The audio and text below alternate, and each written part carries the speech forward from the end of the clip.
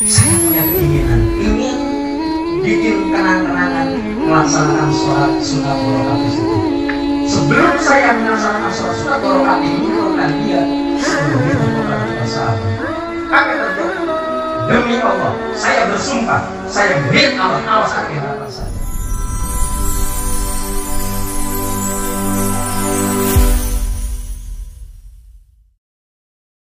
Assalamualaikum warahmatullahi wabarakatuh.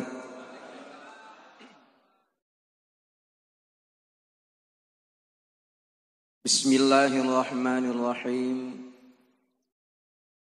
Alhamdulillahilladzi ja'alal laila wan nahar khilfatan liman arada ayyadzakkara aw arada syukura. Ashhadu an la ilaha illallah wahdahu la syarika lah. Allazi khalaqal mauta wal hayata liyabluwakum ayyukum ahsanu amala. Wa ashhadu anna Muhammadan abduhu wa rasuluh da'iyan ilallahi biiznihi wa sirajan munira. Ilahi anta maqsudi waridhoka matlubi a'tini mahabbataka wa ma'rifataka ila hadrati sultanil awliya wa qudwatil asfiya qutbir rabbani wal gausis somadani as-sayyid Syekh Muhyiddin Muhammad Abdul Gaus Saifullah Maslul al-Qutub radhiyallahu anhu wa qaddasa sirah. Al-Fatihah. A'udzu billahi minasyaitonir rajim. Bismillahirrahmanirrahim. Alhamdulillahi rabbil alamin arrahmanir rahim maliki yaumiddin iyyaka na'budu wa iyyaka nasta'in shiratal mustaqim shiratal ladzina an'amta 'alaihim ghairil maghdubi 'alaihim waladdallin. Akhinal kiram Kiai Ahmad Mustafa Torfi selaku wakil talqin Syekh Mursyid juga sebagai pemangku manaqib pada malam hari ini. Al-Mukarram Bapak Kiai Haji Hayatin yang telah menyampaikan bagian dari ilmu Allah Subhanahu wa taala. Al-Mukarram Bapak Kiai Haji Komarudin, para kiai, asatizah, ikhwan akhwat rahimakumullah. Sejak acara manakiban malam ini dibuka, MC tadi sudah mengatakan mudah-mudahan kita mendapat limpahan berkah dari Allah Subhanahu wa taala. Sebenarnya Allah Subhanahu wa taala telah menempatkan berkah itu di beberapa titik. Yang pertama, Allah menempatkan berkah di satu titik yang namanya kota. Inna awwala baitin wudi'a lin-nasi lallazi bi Bakkah mubarakan. Rumah yang pertama sekali dibangun oleh Allah Subhanahu wa taala untuk dijadikan tempat ibadahnya manusia kepada Allah, itulah yang di Mekah yang diberkahi. Jadi Mekah itu diberkahi. Karena diberkahi, orang-orang Mekah itu umumnya lebih makmur dibandingkan dengan orang Indonesia. Kalau kita ingin buah apa yang tidak ada di Mekah? Karena satu doa seorang anak manusia, Nabi Allah Ibrahim alaihissalam dikabulkan. Rabbi ji'al hadzal balada amina warzuq ahlahu minas samarat. Yang paling prihatin itu ada orang Indonesia tinggal di kampung rambutan sampai sekarang belum pernah merasakan nikmatnya buah rambutan. Karena tidak ataupun belum tentu diberkahi. Yang kedua, Allah menempatkan berkah ternyata pada air hujan. Wa nazzalna minas sama'i ma'an mubarakan. Kami turunkan air dari langit yang bernama hujan itu mengandung berkah. Bukan mengandung pilek. Mengapa seorang anak kalau main hujan-hujanan kemudian bersin, kemudian pilek? Itu akibat daripada doa ibunya. Jangan main hujan-hujanan, nanti kamu pilek. Selesai main hujan-hujanan, langsung pilek. Sebenarnya penyakit itu muncul akibat adanya ketidaksesuaian antara keinginan dengan kenyataan. Orang bisa sakit. Anak-anak ingin main hujan-hujanan, tapi dilarang oleh ibunya, sakit dia. Makanya kalau ada hujan, nyari anak-anak. Mumpung hujan, ayo hujan-hujanan. Sehat anakku. Ibu-ibu punya uang hanya cukup untuk membeli teri. Tapi ingin makan dengan ikan tongkol. Sakit tuh, mikirin tongkol. Ada keinginan yang tidak sesuai dengan kenyataan. Padahal nih Bu nih. Makan dengan ikan teri juga tidak apa-apa, bergizi ikan teri itu. Asal banyak. Jangan makan nasi 2 piring, ikan teri hanya 3 ekor. Enggak sebanding. Sama di dalam takingnya juga begitu. Kalau zikir, la ilaha illallah sayyiduna Muhammadun. Tuh ikan terinya hanya 3. Enggak sebanding. Dalam Al-Quran itu banyak tamsil. Contoh, An-Nahl ayat ke-66 mengatakan wa innalakum fil an'am la'ibrah. Pada binatang itu juga ada pelajaran bagi kita.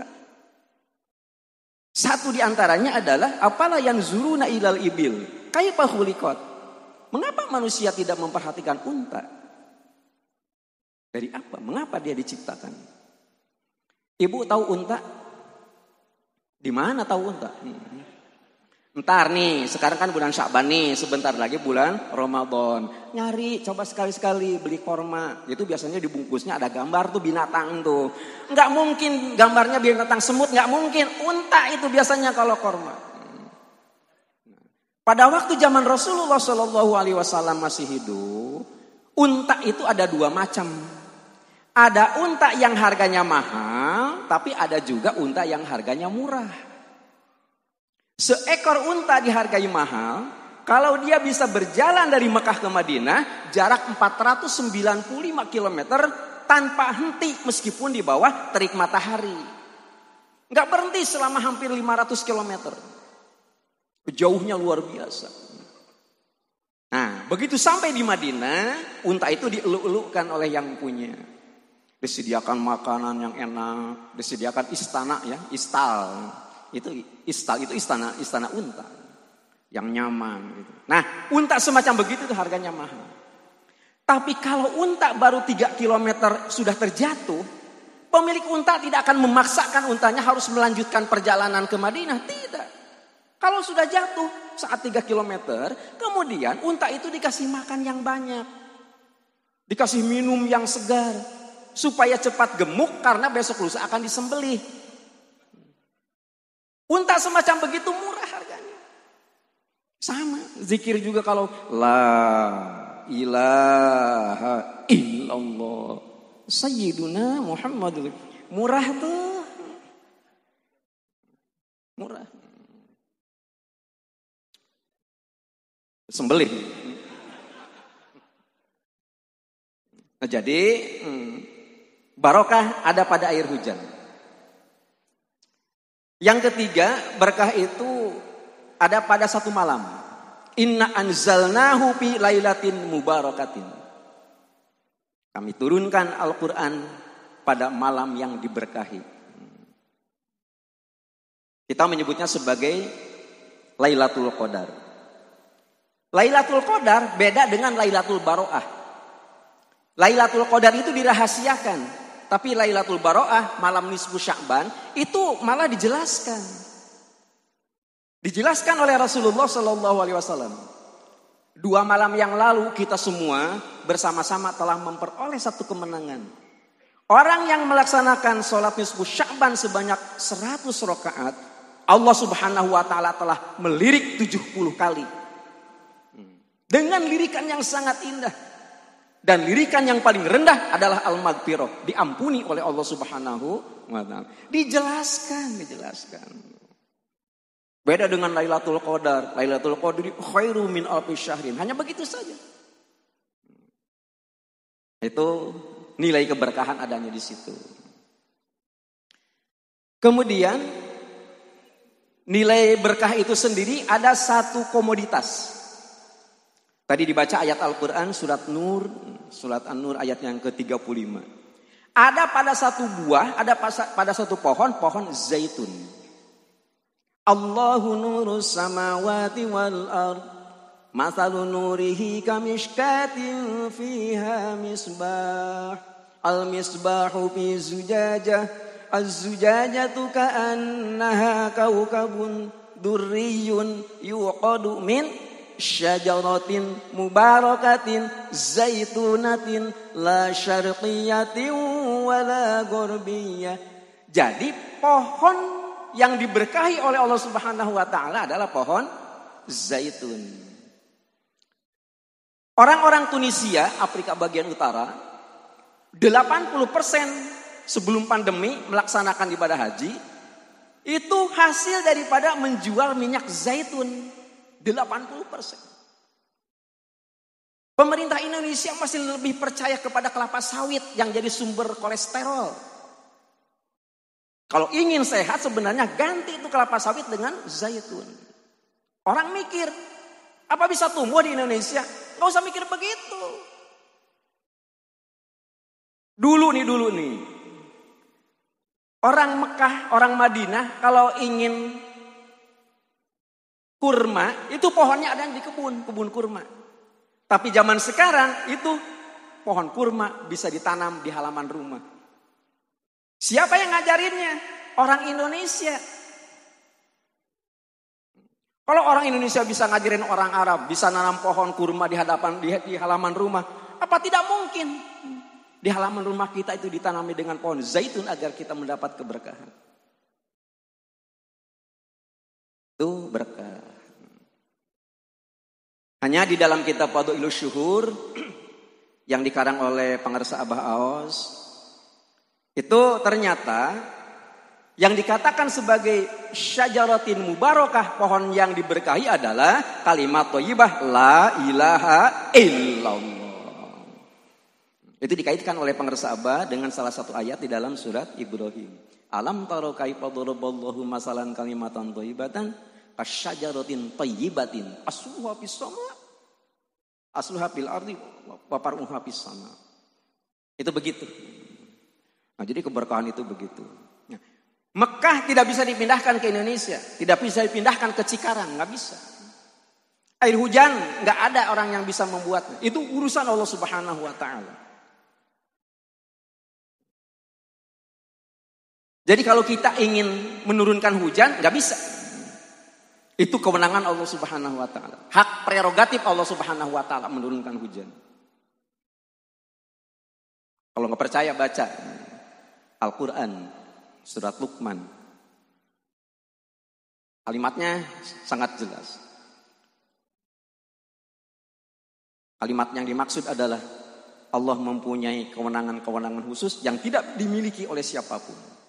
Innallaha indahu ilmus sa'ah. Allah mengetahui kapan terjadinya kiamat karena itu ciptaan Allah. Sejak zaman saya kanak-kanak, banyak orang meramalkan kiamat.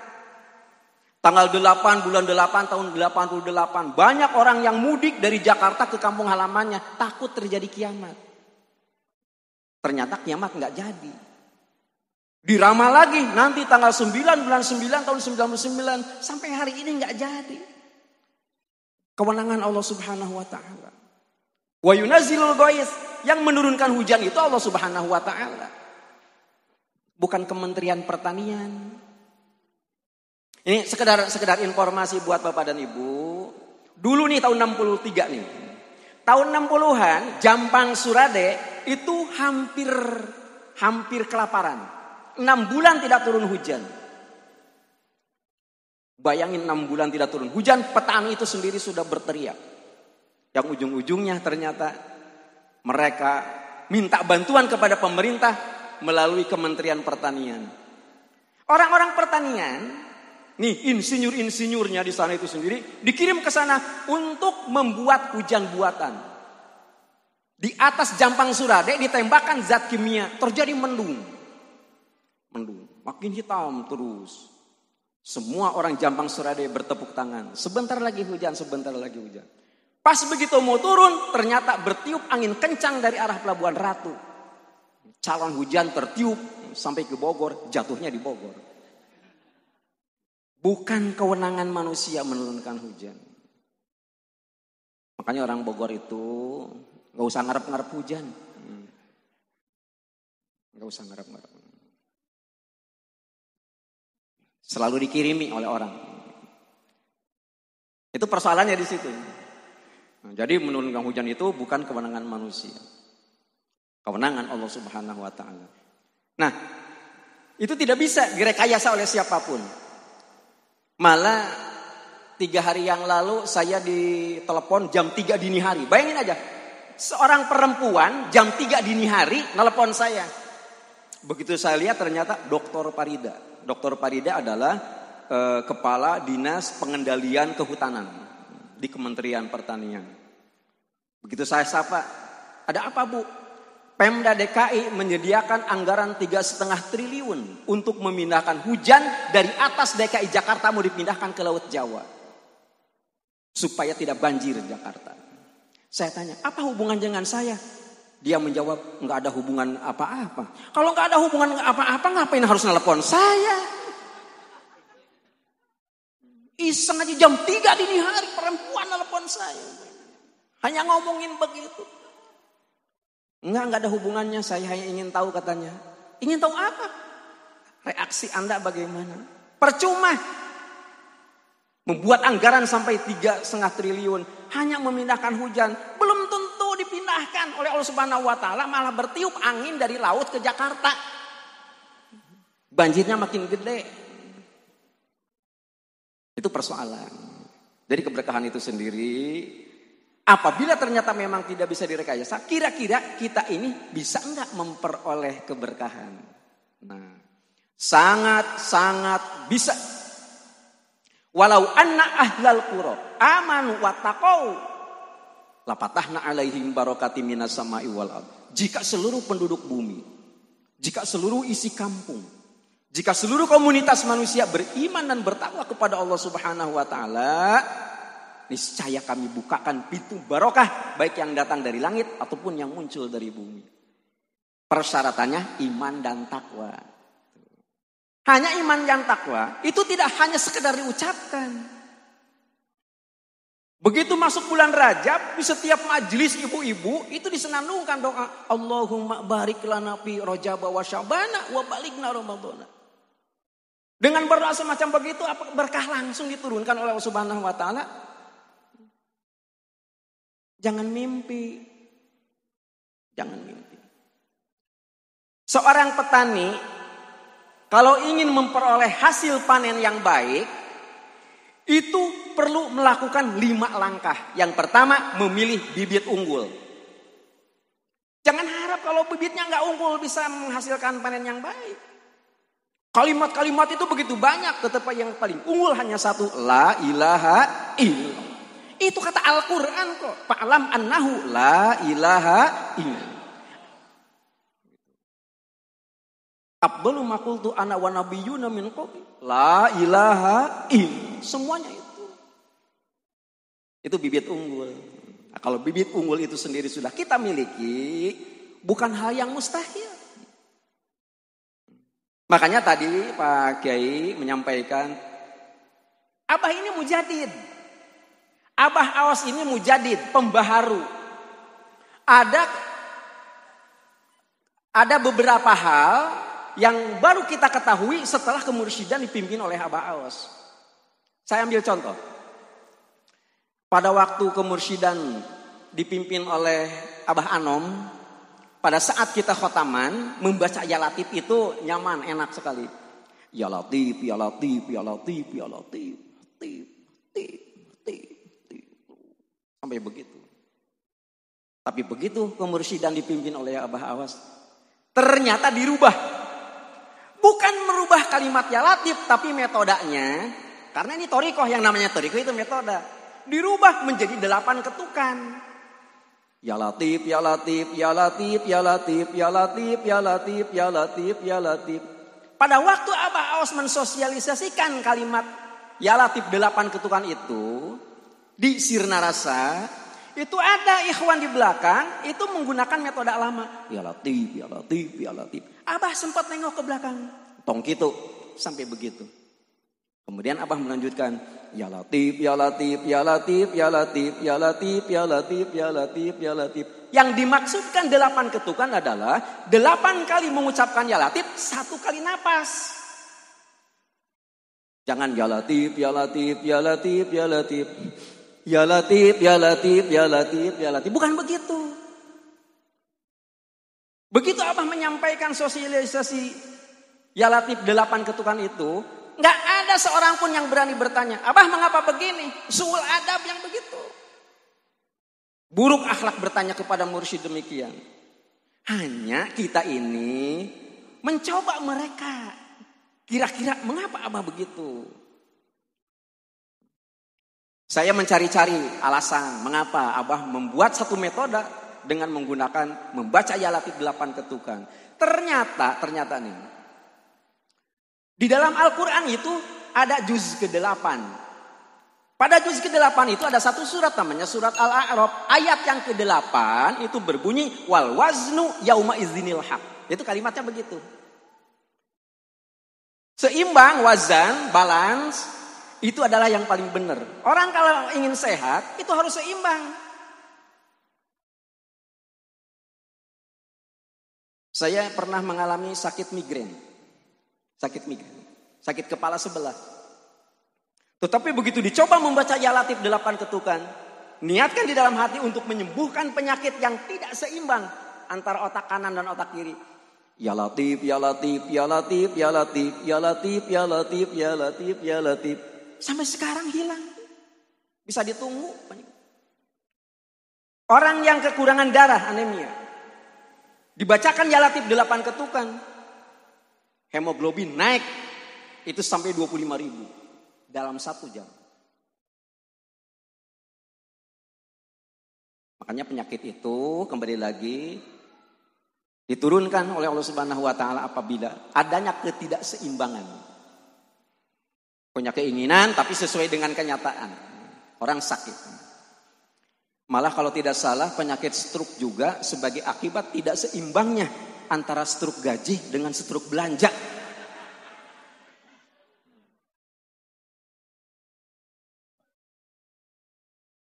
Gimana enggak stroke coba? Stroke gaji hanya 3 juta. Stroke belanja 6 juta.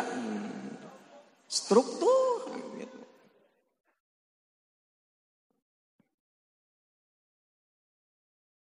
Nah, jadi itu. Malah kalimat la'allakum tattaqun itu pada waktu zaman Abah Anom nggak dikenal kalimat itu.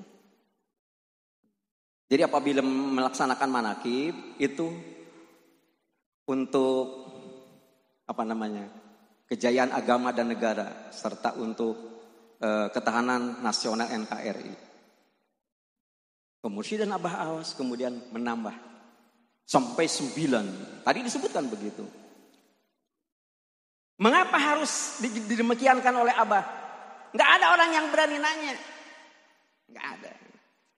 Hanya kalau saya yang menerjemahkan, Abah menganggap manakib ini adalah satu kemenangan la'allakum tattaqun. Di dalam bahasa Arab ada 3 bentuk permohonan kepada Allah Subhanahu wa taala. Yang dikabulkan tidak dikabulkannya permohonan itu bergantung kepada konotasinya. Ada 3 bentuk ditandai dengan kalimat. Yang pertama bentuk permohonan menggunakan kata laita. Laita ini konotasinya litamani, hanya angan-angan. Apabila di dalam Al-Quran ada kalimat menggunakan kata laita, bentuk permohonan, yakin itu tidak akan dikabulkan. Itu litamani. Ayat 40 surat An-Naba. Wa yaqulul kafiru ya laitani kuntu turaba.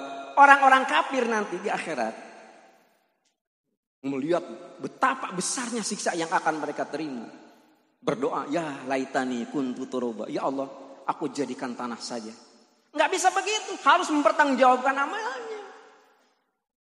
Itu adalah perbuatan berdoa yang tidak akan diterima, yang tidak akan dikabulkan oleh Allah Subhanahu wa taala. Ditandai oleh laita. La'alla ini sifatnya litaroji. Litaroji itu adalah berhasil tidak berhasilnya permohonan kita, dikabulkan tidak dikabulkannya permohonan kita bergantung kepada apa yang kita lakukan. Ya ayyuhallazina amanu kutiba alaikumusyamu kama kutiba alal ladzina min qablikum la'allakum tattaqun. Apakah dengan berpuasa otomatis kita menjadi orang yang bertakwa? Belum tentu. Karena sifatnya litaroji. Kalau puasa yang kita lakukan sesuai dengan aturan main, itu pasti takwa itu bakal kita peroleh. Tapi kalau hanya asal-asalan,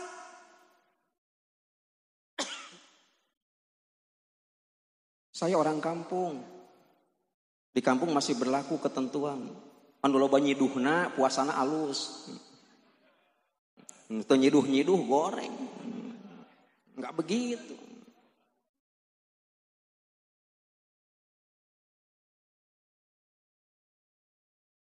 Semacam begitu. Nah jadi kalau ternyata puasanya hanya ikut-ikutan orang, itu jangan berharap bisa diterima. Takwa itu. Nah yang ketiga nih. Permohonan pasti bakal dikabulkan. Itu ditandai dengan asa. Asa itu litahqiq. Saya ambil contoh ya. Ayat 79 daripada surat Al-Isra. Wa minal laili fatahajjad bihi nafilatan lak. Asa, ada kalimat itu. Asa ayab'atsaka rabbuka maqaman mahmuda. Coba di antar sebagian malam kalian bangun. Ibu suka bangun malam? Ngapain? Yang dianjurkan itu bangun malam. Habis bangun tidur lagi, lain soal. Yang dianjurkan itu bangun malam. Hanya udah 16 tahun hanya bisa bangun aja tidur lagi. Dinaikkan sedikit derajatnya. Siapa tahu kalau sekarang bisa bangun, besok bisa kencing. Kalau besok bisa kencing, siapa tahu lusa itu bisa cebok. Besok bisa cebok, siapa tahu keesokan harinya itu bisa berwudu. Itu namanya pembinaan. Dari dulu bisanya hanya kencing mulu. Enggak wudu-wudu. Tuh. Nah jadi asa ayam asaka rabbuka maqama mahmuda. Orang bangun malam, melaksanakan amaliyah malam, itu asa mudah-mudahan. Tapi pasti oleh Allah Subhanahu wa ta'ala akan diberikan maqama mahmuda. Kedudukan yang terhormat. Kedudukan yang terhormat itu namanya maqama mahmuda. Bagi orang yang gagap, ngomongnya enggak jelas, hati-hati membaca maqama mahmuda. Karena suka salah ngomong maqama mahmuda. Jadi bukan mamah muda, maqama mahmuda.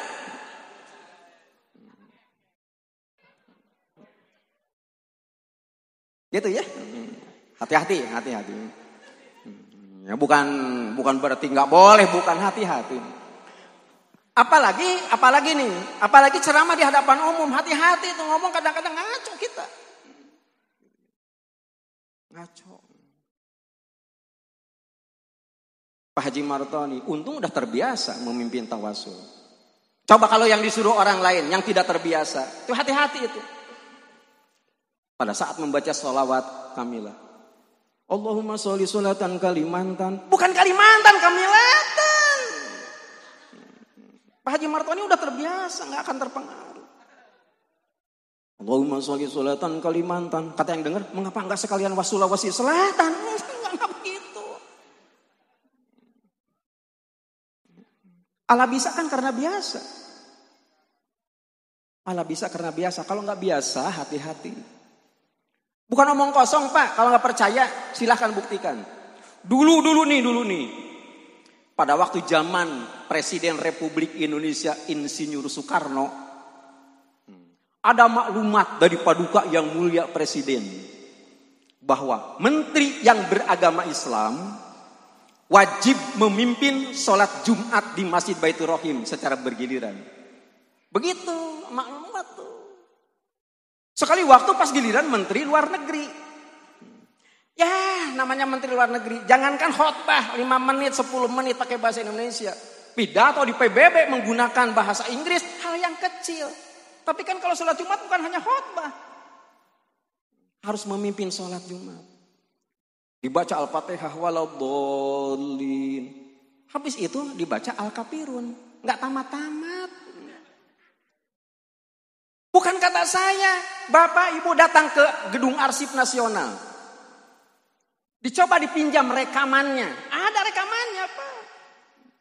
Qul ya ayyuhal kafirun la a'budu ma ta'budun wala antum abiduna ma a'bud. Hilang tuh suara. Nggak lama kemudian muncul wala ana abidum ma abatum wala antum abiduna ma a'bud. Hilang lagi. Muncul lagi wala ana abidum ma abatum wala antum abiduna ma a'bud. Sudah 2 kali. Ketiga kalinya wala ana abidum ma abatum wala antum abiduna ma a'bud. Karena sudah 3 kali terdengar dari belakang lakum. Itu silahkan di Gedung Arsip ada Pak yang begitu. Ujung-ujungnya ramai tuh suaranya. Lakum dinukum waliyadin. Bareng-bareng ujungnya begitu. Ala bisa karena biasa. Nggak usah ditanya siapa menteri luar negerinya. Nggak usah. Udah pada tahu semuanya juga yang itu contoh bagi kita. Siapa saja umpamanya nanti mendapat kehormatan membaca apa itu hati-hati. Semuanya harus bisa. Masalahnya kan kita ini semuanya juga lagi belajar dalam bertorikoh itu. Nah ini yang tidak boleh kita abaikan adalah ternyata mengapa Abah mencantumkan la'allakum tattaqun sebagai bentuk kemenangan yang pertama. Meskipun la'alla mudah-mudahan yang belum tentu bisa diterima karena kita sudah ditalkin zikir. Maka talqin zikir itu yang merubah la'alakum itu menjadi asa. Meskipun mudah-mudahan, tapi pasti bakal memperoleh nilai takwa daripada Allah Subhanahu Wa Taala. Alhamdulillah. Karena apa? Karena bantuan talqin zikir itu. Itu yang paling mahal di situ.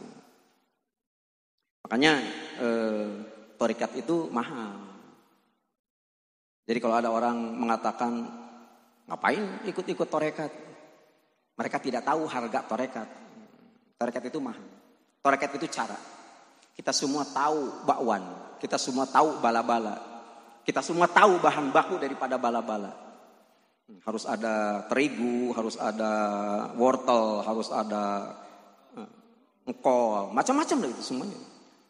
Coba di antara kita umpamanya menyiapkan bahan-bahan itu. Kalau kita tidak tahu thariqah, kita tidak tahu cara bagaimana caranya, nggak akan jadi bala-bala. Hanya orang yang mengerti bagaimana caranya, bahan-bahan itu bisa menjadi bala-bala. Jadi kita ini sudah termasuk ke dalam kelas eksekutif, kelasnya mahal. Kalau kelas mahal, jangan suka melaksanakan amaliyah kelas ekonomi. Sayang kita balik lagi, nanti harga kita jadi murah lagi. Kelas ekonomi, eksekutif. Maaf, kalau zaman Abah Anom kan Abah Anom pernah mengatakan yang penting kita terbawa oleh gerbong, meskipun kita digabungkan dengan gerbong kambing kan begitu.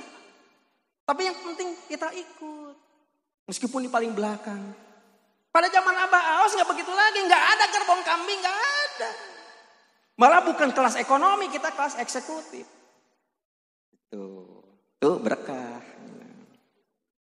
Kemudian berkah itu juga disimpan oleh Allah Subhanahu Wa Taala. Minal masjidil harami ilal masjidil aqsa alladzi barakna haula. Jalur perjalanan antara Masjidil Haram ke Masjidil Aqsa itu semuanya penuh dengan keberkahan. Nabi berjalan dari Masjidil Haram ke Masjidil Aqsa, singgah di Yasrib sekarang Madinah. Berkah tuh Madinah itu. Bagi bapak-bapak yang suka tertarik jual beli tanah, itu tanah di Madinah sekarang harganya $950.000 Amerika per meter. $950.000 Amerika per meter. Dan pada saat yang bersamaan di kawasan elit New York di Amerika itu harganya hanya $650.000. Jadi paling mahal tanah di dunia adalah adanya di sana. Berkah. Kemudian ada lagi berangkat kemana? Ke Tursina. Tursina itu Sinai. Gunung Sinai. Adanya di Mesir. Negara Mesir itu ada di dua benua. Separuh ada di Afrika, separuh ada di Asia. Itu negara Mesir. Dibatasi oleh terusan Suez. Pada waktu saya berangkat dari Kairo, itu sejauh 156 km, itu sampai terusan Suez. Kemudian kita dijaga ketat gitu. Harus hati-hati masuk ke terusan Suez, karena kiri, kanan, atas itu adalah laut. Kita masuk ke bawah laut. Begitu nyebrang dari terusan Suez, itu sudah ada tanda kebesaran Allah Subhanahu wa Ta'ala. Apa itu? Itulah Abar Uyun Musa. Ketika umat Nabi Musa kan hidup di Mesir, melawan Fir'aun. Ketika para sahabat Nabi Musa kehausan, kemudian minta bantuan kepada Nabi Musa untuk bermohon kepada Allah agar diberikan air. Wa idzistasqa Musa liqaumihi faqulna drib bi asqal hajar an fajarat min husnata asyrata aina. Begitu tongkat Nabi Musa dipukulkan pada batu yang keras, ternyata memancar 12 mata air. Sampai sekarang mata air itu masih ada di padang tandus, itu sebagai tanda keberkahan. Diberkahi sana. Terus sampai ke Gunung Sinai. Gunung Sinai itu, Tursina, itu adanya di provinsi Santa Caterina. Santa Caterina adalah gadis cantik kelahiran Alexandria, Mesir. Orang tuanya penganut Yahudi, tetapi dia memilih agama Katolik. Karena beda kepercayaan dengan orang tuanya, Santa Caterina akhirnya dibunuh oleh kedua orang tuanya. Jenazahnya dikuburkan di sana, di kaki Gunung Sinai, yang sekarang menjadi nama provinsi. Begitu. Nah, di situ terdapat tanda kebesaran Allah Subhanahu wa Ta'ala yang disebut di dalam Al-Quran. Ada satu pohon. Pada waktu Nabi Musa harus berkholwat selama 40 hari 40 malam, jangan nengok ke belakang. Begitu nengok ke belakang ternyata ada pohon langsung terbakar. Itu ada di dalam Al-Quran. Syajaratun tanbutu min Saina'a. Itu ternyata adanya di situ, pohon itu. Ukuran saya, kalau di Mekah naik ke Jabal Nur yang di atasnya ada Gua Hiro, itu 1 jam nyampe. Tapi kalau kita mau naik ke Tursina, itu memerlukan waktu 4 jam. Karena kita harus menaiki tangga 700. Bukan gini tangga, bukan, tapi gini. 700. Apa yang terjadi kalau kita lihat di sana? Ternyata di atas, di puncak Tursina, itu ada gereja gede. Nggak tanggung-tanggung. Hanya kalau kita naik ke Tursina, maaf, ini telinga harus ditutup. Karena tekanan suhu yang sangat rendah, di bawah 9 derajat Celcius. Itu di atas itu ada gereja gede, ada musola tapi kecil. Bedanya gitu. Itu diberkahi oleh Allah Subhanahu wa Ta'ala. Terus lagi ke Bethlehem. Di Bethlehem itu, ini cerita saja, penuh dengan keberkahan. Orang kalau berceramah tentang kerajaban Isra Mi'raj, itu cerita Bethlehem itu adalah jagal. Tapi kalau yang sudah pernah ke sana nggak akan mengatakan jagal. Bethlehem itu katedral. Bethlehem itu gereja gede.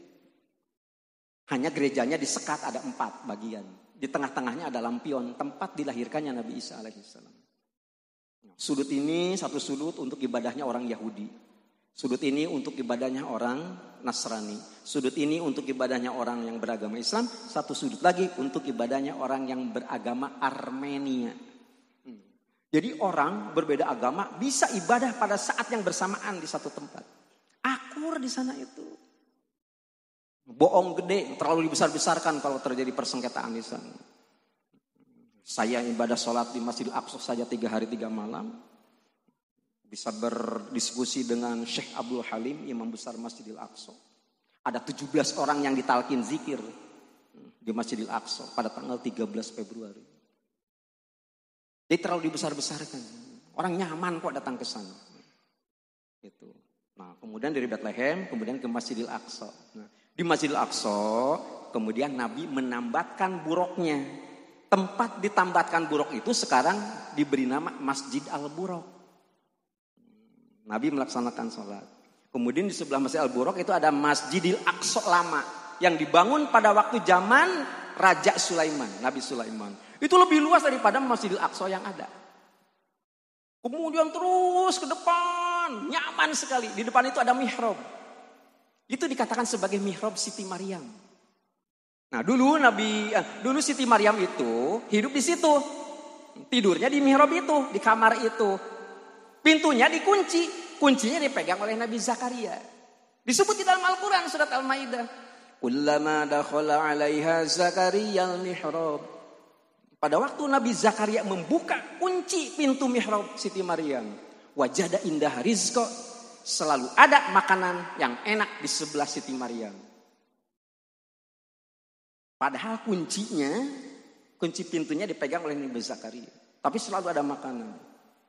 Makanan yang enak-enak, cilok. Iya, macam-macam.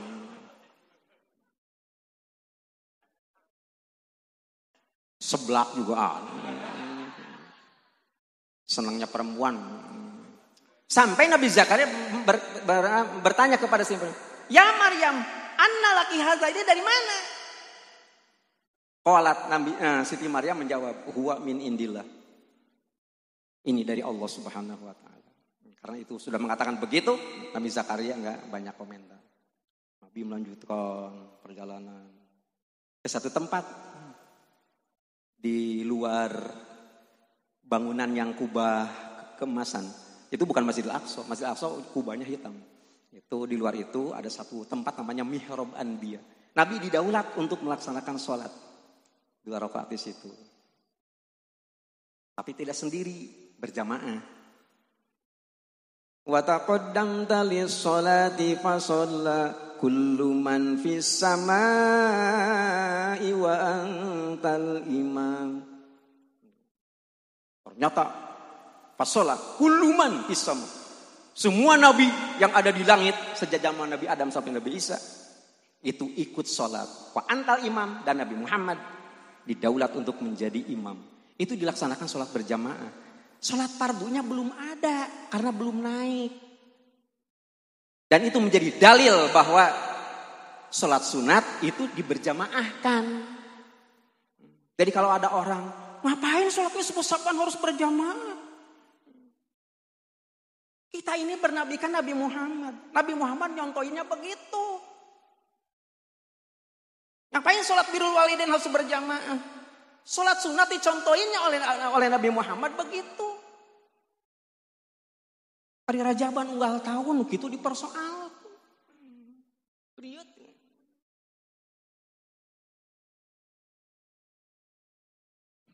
Bisi isukan pagi itu aya nu nanya gitu. Dalilnya. Nah kemudian Nabi baru ke sana. Ada batu. Kalau di internet ada batu ngangkang, bohong. Batu itu nyungsep gitu.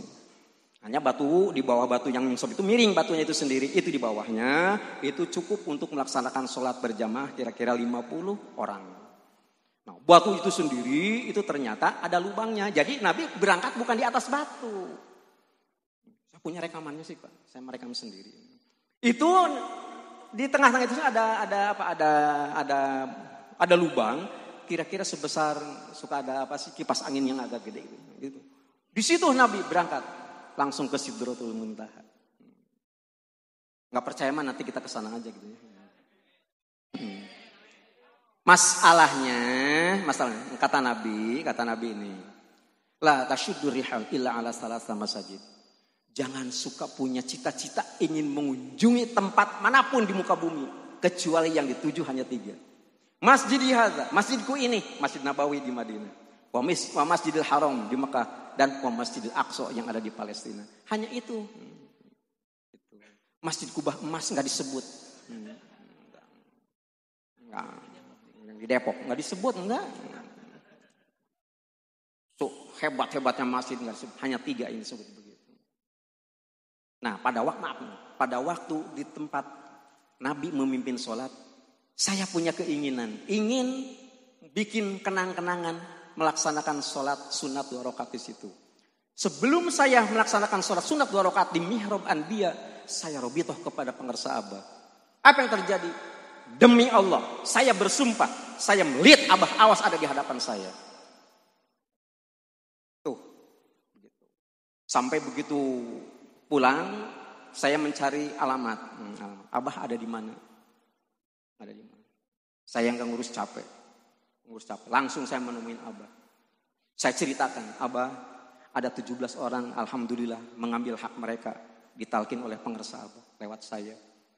Tapi begitu saya mau sholat sunat di mihrab Anbiya, Abah hadir di situ. Apa kata Abah? Kan Abah juga diajak. Artinya kalau kita ingat kepada Abah, itu Abah itu hadir. Itu namanya robito. Kemarin pada hari Senin, pada hari Selasa ya. Pada hari Selasa, sebab hari Rabu itu sendiri kan manakib. Pada hari Selasa Abah mengatakannya sederhana. Suara kecepatannya bisa diukur. Kalau saya umpamanya berteriak, hei, kedengaran kesan, itu bisa diukur kecepatannya. Meskipun pakai echo, hei, bisa diukur. Mereka mana?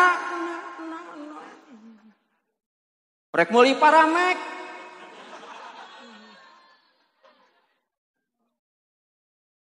Itu bisa diukur. Malah ada pesawat yang kecepatannya bisa melebihi kecepatan suara. Pesawat Concorde. Cahaya, kecepatan cahaya bisa diukur. Ada rumusnya. Hanya kecepatan zikir sampai kapanpun tidak akan ada seorang ilmuwan yang bisa mengukurnya. Sebab apabila kita ingat kepada Allah Subhanahu wa taala, seketika kita sudah sampai kepada Allah. Kita ingat kepada Abah, seketika kita sampai ke harapan Abah. Tuh kecepatannya begitu. Terakhir dari saya, jangan lupa bahwa Abah yang mulia pengersa Syekh Muhammad Abdul Ghausiful Maslul Al-Qutub sebagai mursyid, sebagai guru kita semua, guru agung kita, adalah sosok yang diberkahi oleh Allah Subhanahu wa taala. Alhamdulillah.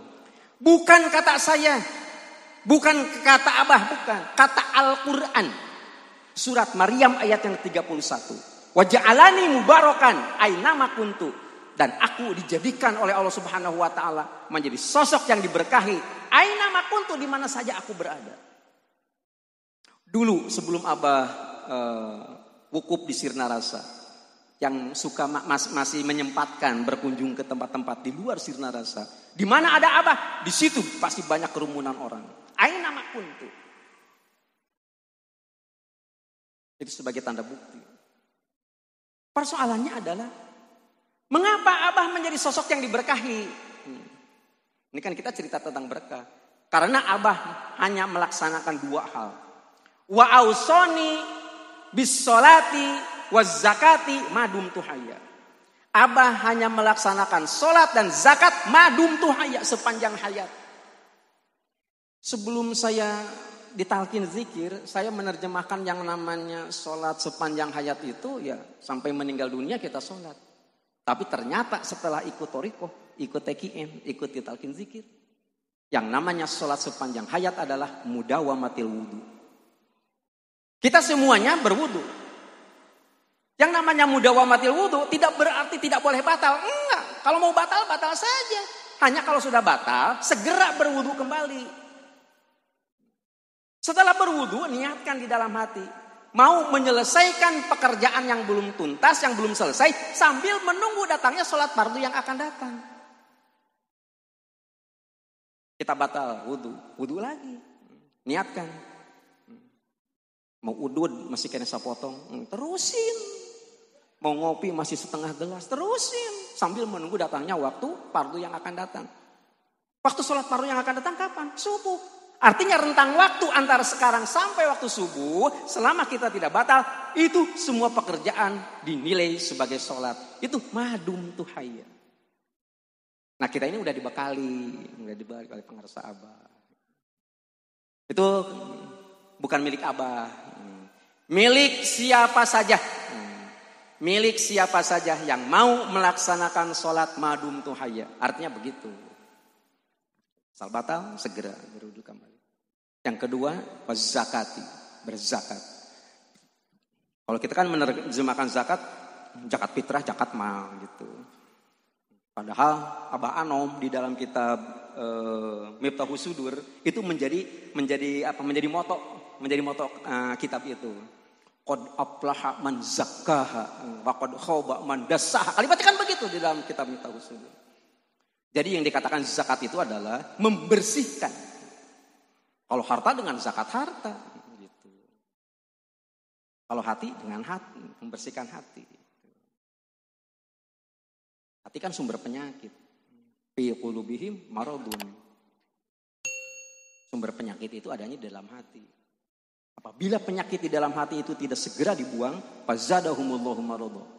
Akan terjadi komplikasi. Ditambah lagi penyakitnya.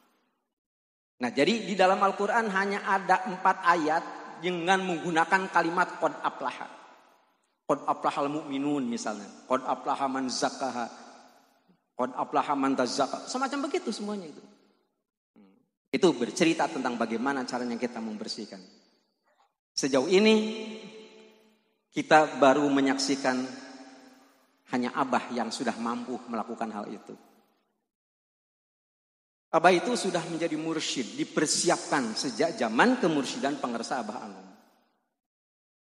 Sekali waktu Abah Aos, waktu itu ajengan Gaos, sedang memimpin acara manakiban di Semplak, dekat Lanut Atang Senjaya Bogor, di rumah Pak Junaidi.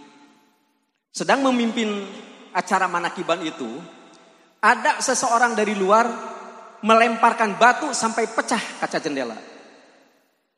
Pecah kaca jendela, kemudian batu itu sendiri ngagorolong sampai di hadapan pengarsa Abah. Kalau kita mengalami hal yang semacam begitu, paling tidak kita ngambek, paling tidak kita keluar. Sahasi jalan mana? Ternyata Abah itu sendiri tidak. Batu itu diambil, kemudian dibungkus.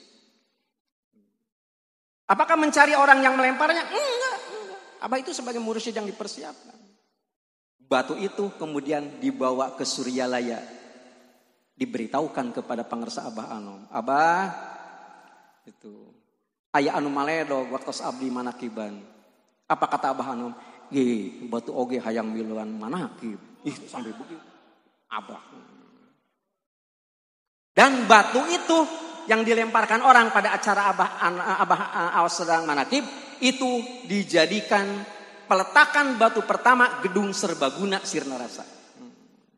Jadi di antara batu yang sebagai batu peletakan batu pertama adalah batu Bogor anu dibaledokeun ku jelema tersepkeun kana manakib. Karena Abah Aos berpandangan, dia bukan benci kepada saya. Dia bukan benci kepada manakiban.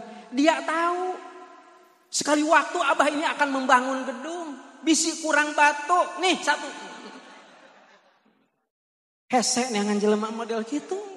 Mual manggih. Itu bersihnya hati pengarsa Abah itu sampai di situ. Itu qad aflaha man zakkaha. Makanya Abah kalau memimpin sholat gitu ya enggak tanggung-tanggung. Dikeraskan qad aflaha man zakkaha wa qad khaba man dassaha. Sampai begitu.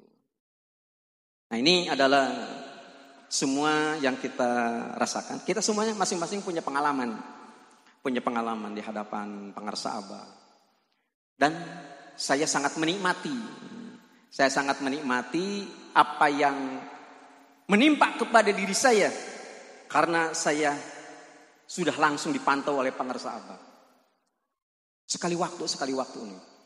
Pas giliran mau berangkat ke Sirna Rasa. Punten. Nggak punya duit. Bensin kosong. Nanya ke istri nggak ada cadangan. Terus gimana tuh ya? Kita tunggu sampai jam 9 malam dah. Karena berangkatnya juga jam 12. Sampai jam 9 rehe-rehe wae enggak ada yang begitu. Enggak ada gejala. Saya hanya robitoh ke Abah. Abah, saya pengen mudik. Gimana Abah? Lewat 5 menit, Enu nelpon. Yang nelpon. Begitu saya lihat ternyata Dr. Sarmili. Dr. Sarmili itu ketua Dewan Masjid Bogor. Gitu. Yai, ada acara enggak? Kapan? Malam ini?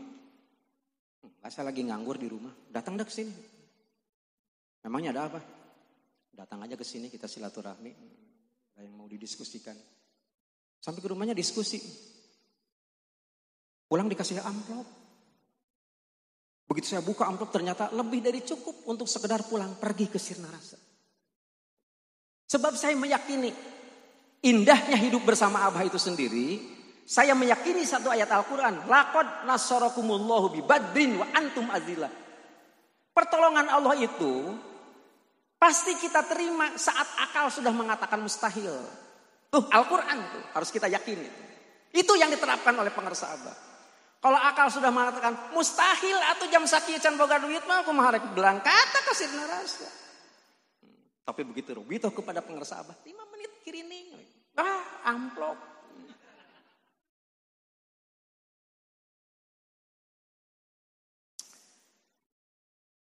Kepada Al-Mukarram Bapak Ahmad Mustafa Torpi selaku pemangku manakib yang dengan istiqomah menyelenggarakan acara manakib pada Selasa Kliwon. Allah berkahi semuanya. Allah berkahi segalanya dan Allah berkahi selamanya. Dengan karomah Guru Agung yang mulia pengersa Abah Awas radhiyallahu anhu wa qaddasa sirah.